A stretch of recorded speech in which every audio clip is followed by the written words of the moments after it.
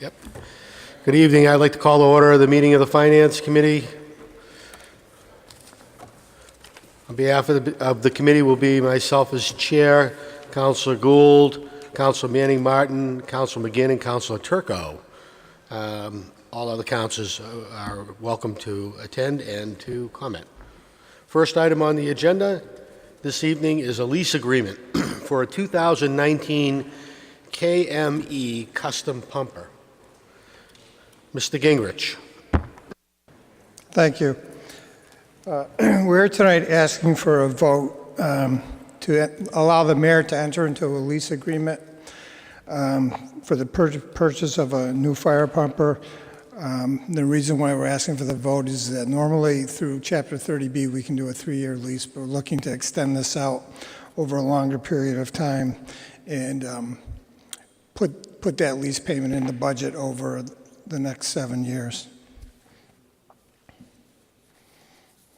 Councilors, questions? Councilor Gould. Thank you, Mr. Gingrich. Thank you, Chief. Welcome, and welcome to your staff. Fellas, thank you for being here.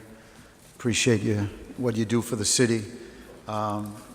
Chief, can you come up, please, Chief? Evening, councilors. Evening. I plead ignorant. Is this a brand new pumper? Yes. Okay. And the cost of, the print was a little small. I didn't bring my glasses, like 621,000 or something to that effect? Yeah, well, I think the city had, the original thing came over from Mike as 675, but my request was actually for 685 because I had a late addition to that for some additional equipment, which is a thermal imaging camera, which is about $10,000. What's the life of a truck like this? If it's driven and carefully and it's maintained as well as put into frontline service as well as reserve service, 20 to 25 years. I fully support it. I pass on to my fellow councilors. Thank you, Chief. Councilors, Councilor Turco. Thank you, Mr. Chairman. Through you to the Chief. Chief, have you ever leased one of these before, or is this the first time we've leased? Or? Yeah, this is the first time that we've leased. It's becoming pretty standard practice. I think really to cut through the chase, and Mike can maybe speak to it better than I can, the only difference between a lease purchase and a purchase is just financing, if I'm correctly. It's just a mechanism for financing.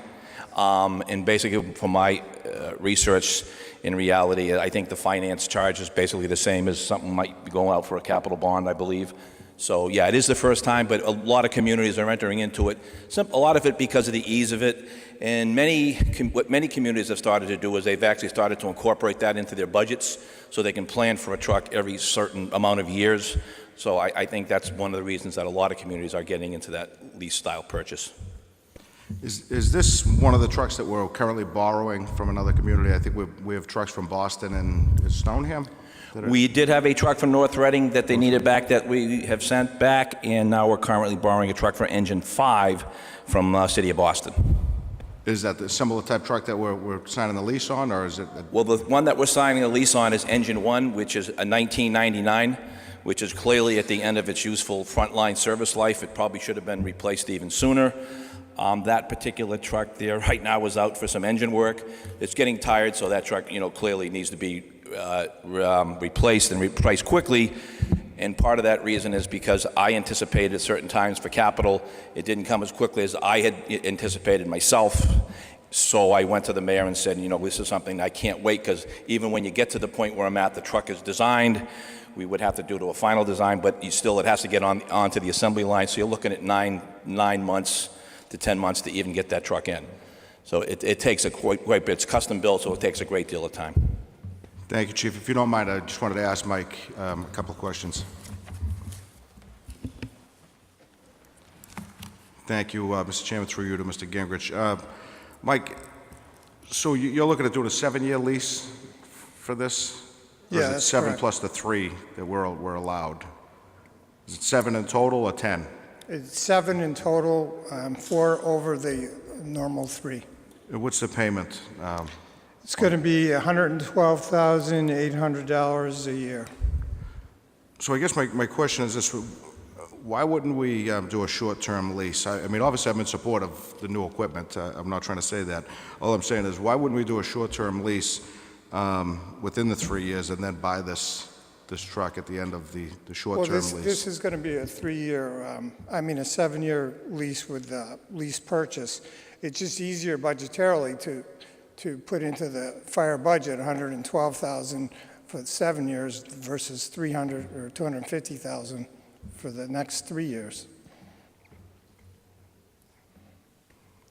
Right, so that makes financial sense to you to lease this for 7 years rather than lease it for 3 and then purchase it outright through another capital budget within 3 years? Well, the cost of this lease we will regain title to it.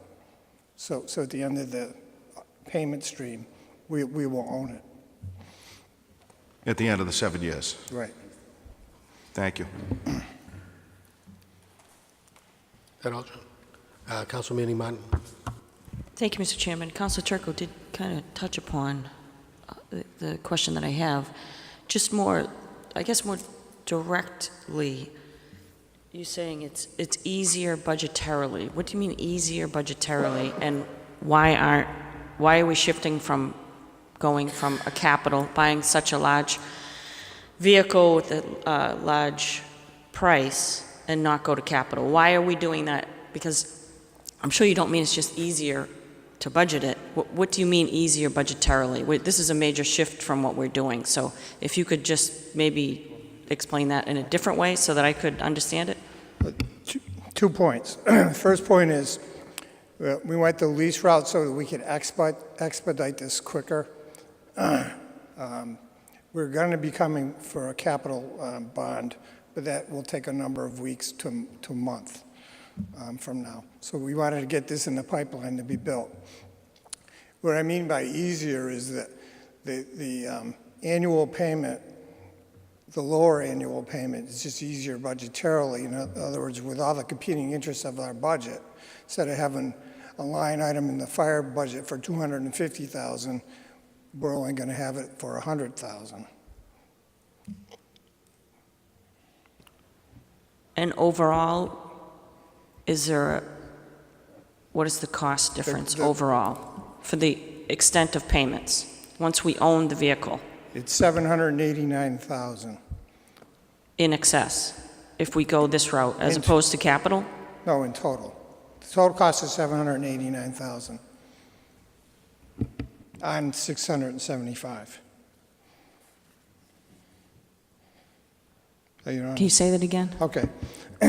So at the end of 7 years, we would have paid in $789,000. The principal amount is in this scenario is $675,000. So the interest cost is $114,000 over 7 years. So 114 over 7 years? And if we were to bond it? Bonding it normally would be more because we traditionally would bond it over 15 years. So we would have paying that over a longer period of time. I ran the numbers quickly based on our July bond, and we would be roughly paying $821,000 over 15 years. Thank you very much. Council Rosington? Thank you, Mr. Chairman. I just have one quick question to either you, Mr. Gingras, or Chief Patterson. What happens to the truck that is now no longer in use? Do we turn around and we sell that? Do we?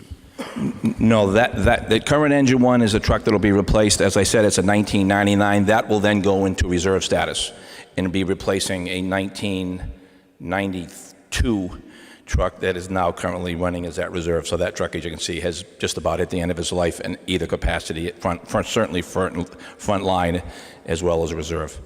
So that the truck it replaces, which is engine one, will then go into be the one pumper that's be in reserve status in case something else breaks down or it has to go in for routine maintenance. Through the chair, the 1992 truck that is now coming off reserve status, what happens to that truck? That truck, most likely, from what I'm seeing from past history, will either at that point look at trading that in and getting a small amount of money, or it'll probably go off to auction. Thank you. Any other questions? Mr. Gingrich? If you don't mind. So I understand what you were saying to Councilor Manning Martin in that if you compare a 7-year loan to a 15-year loan, I mean, unless the interest rates were extremely different, obviously the 15-year loan is going to be higher in total cost. What's the difference? Because this would qualify for a 10-year bond. What's the difference if it was 10 years? How much is the difference in cost between this at 7 and that at 10? I didn't calculate that. It would obviously be closer, correct? It would be closer. Is there a, what's the current bond rate for borrowing?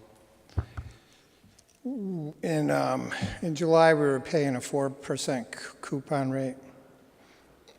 So it's pretty close It's pretty close. to what your 7-year lease rate is. It's 9/10 of a percent.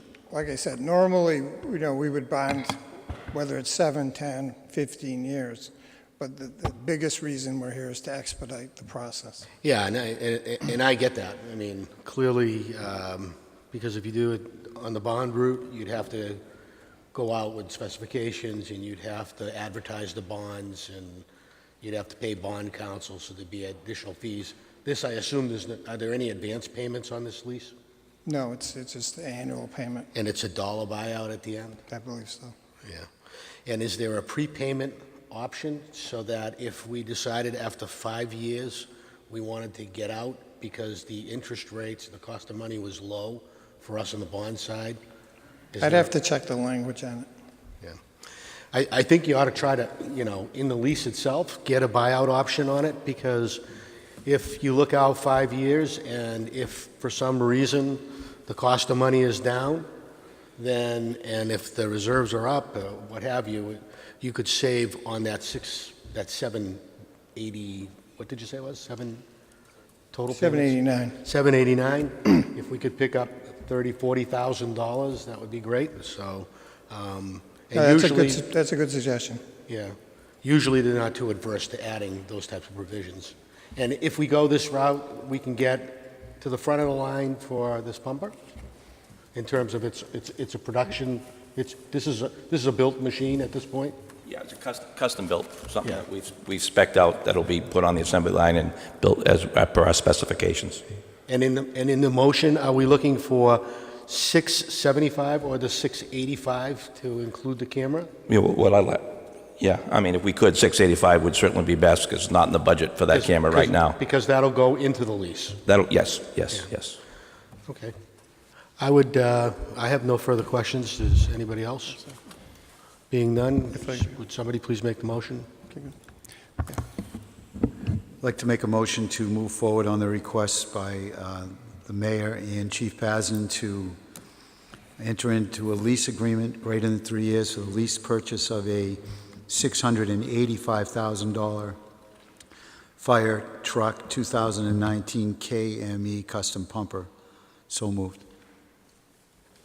You've heard the motion by Councilor Gould for $685,000 to allow the mayor to enter into a lease of greater than 3 years for 7 years. Are there any comments?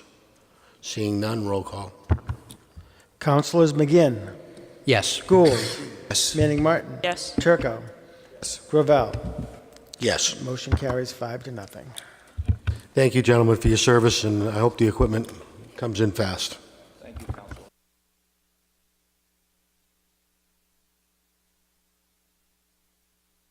Our next item on the agenda is compensation increase for election workers. If our city clerk, Tim Spanos, would provide us with some thoughts and ideas and understanding. Thank you, Councilor. Please read your name and sorry. Timothy Spanos, S-P-A-N-O-S, for the record. Just quickly, I'm sure everybody has read my letter. Hopefully, it's self-explanatory. But we haven't given our election workers a raise since 2007, so that's been a little over 11 years. You know, election workers do include wardens, deputy wardens, clerks, deputy clerks, inspectors, and tab clerks. And since 2007, a lot has changed. There are more election laws. There's more of a burden on our people during the day. Early voting has certainly been an increased component. It's a long day. Generally, it's a 15-hour day. Polls open at 7 a.m., close at 8 p.m. Generally, election workers arrive somewhere between 6 and 6:30 in the morning. Probably are finished up at the polls after they close around 9. So it is a long day. We're also finding it very difficult to find staffing today. So we're hoping to attract a more diverse pool of people if we do have an increase. So we're kind of trying to fill holes like every election. So it is becoming more difficult. You know, our election people have been there a long time. I'm sure we're going to be seeing a lot of retirements over the next 2-3 years. So one new position that I'd like to add that Salem uses that I thought was a pretty good idea was called precinct assistant. And that person would basically train as a warden. So someday when someone steps down, we have someone ready to fill their spot as to bringing in somebody brand new and training them on the job. So just going over what I proposed for the warden, it would be a $30 increase from what is being paid now for the warden and for the clerk. For the deputies, $25, and it'd be a $15 increase for our inspectors, the ones that check off the voting list when you check in and you check out. Tab clerk, $10. Tab clerk arrives at the polls around 7 a.m. and they handle the closing part of the polls after 8 o'clock. Any hand counted ballots that we need to figure into our totals. The tape tally, any write-ins, so the tab clerk, that's their role. And then the citywide tab clerk helps us back at the office. They are the ones that basically develop our spreadsheet when the final results come in. So, and then of course the new position would be precinct assistant, would be paid somewhere in between a warden and a deputy. So that's basically my presentation. Anybody has any questions? I did do a survey. I sent an email out to our city clerk group. There is a survey of those that responded that I put in your packet. Then I kind of averaged it out, so I think I'm in line with the averages with the average pay for a warden clerk. Some cities don't use deputies, and then, as I said, the precinct assistant is just used by Salem. I did plan for it in my budget. I accounted for $5,000 for election worker salary increase, hoping that we would get to this point. hopefully have something in place before the November election. So that's basically it. If you have any questions, I'd be happy to answer them. You've heard the good clerk, who is now calling. Anybody have any questions? Council Gould. Just a small one, Tim. Tim, what do we do in the long run if we can't get people? You make it sound, and maybe I'm misreading it, that you're struggling to get people. Well, we have people, but if people, call in sick, we don't have a good reserve list right now. And as I said, our workforce is, getting on in years. So we're trying to get more of a diverse group. So we're trying to get that. But right now, it is becoming difficult to fill holes. How many total workers does it take for the day? It's about 150, because we have 19 precincts. Generally, we staff 8 to a precinct, the 4 officers plus 4 inspectors. For this election, we'll staff more because we have to account for early voting. So we're anticipating not as many early voting ballots as the presidential a couple of years ago, but I'm sure that we'll have a significant number. So there's a specific process that we just have to assign people at the polls just for early voting. So, yeah. Thank you, Mr. Spano. Thank you, Chairman. I fully support his request, so thank you. Other councilors, any questions? What a fine presentation. Thank you, Mr. Spanos. Do I have a motion on the floor? Moved. All right, so the motion will be, as moved by Council Gould, to delete the following Section 1820, Schedule of Compensation for Part-Time Positions, 16.C Clerk 140 daily, 16.G Deputy Clerk 125, 16.H Deputy Warden 125, 16.I Inspector Precinct 110, 16.M Warden 140, 16.L Tab Clerk Precinct 65, and 16.K Tab Clerk Citywide $100. And insert in place thereof the following: 16.C Clerk 170 daily, 16.G Deputy Clerk 150, 16.H Deputy Warden 150, 16.I Inspector Precinct 125, 16.M Warden 170, 16.1 Tab Clerk Precinct 75, 16.K Tab Clerk Citywide 150, and a new 16 Precinct Assistant 160. All ordinance or parts of ordinance inconsistent hereby will be repealed, and this ordinance shall take effect as provided by law. So the motion goes. On the motion, any comments? Being none, roll call. Councilors McGinn. Yes. Gould. Manning Martin. Turco. Yes. Gravel.